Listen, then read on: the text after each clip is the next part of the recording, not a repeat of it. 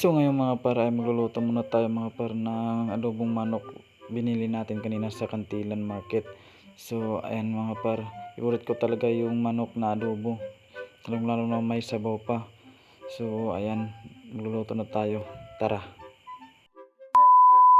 So ayan mga para ay nagluluto na tayo ng adobong manok na binili natin kanina sa Kantilan. So ayun, shout out muna tayo sa Kajisrael at saka Jed Arwita at saka ka James Plaza. Maraming salamat sa stars na nasend mo sa akin, Kuya James.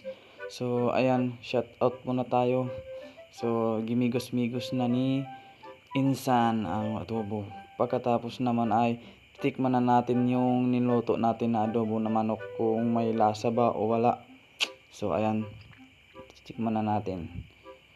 So ayan. Ayan guys, favorite ko talaga guys yung adobong manok. So ayan, sarap. Pagkatapos naman huwag niyong kalimutan talaga magpa-follow, like, and share sa Facebook page natin. At saka sa YouTube channel natin, Bongs Vlog din. So pakiclick sa notification bell para updated kayo sa mga videos natin o vlog. So ayan, maraming salamat talaga sa inyo sa mga suporta. So ayan, huwag niyong kalimutan talaga. So ayan, tikman na natin yung niluto natin na manok kung luto na ba. So tara. Now, luto na guys pala yung adobong manok natin.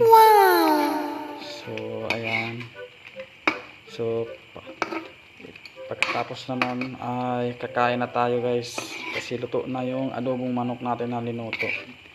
Binili natin kanina guys sa sa Kantilan Market. Sa Tianggihan guys. So ayan. Bye bye.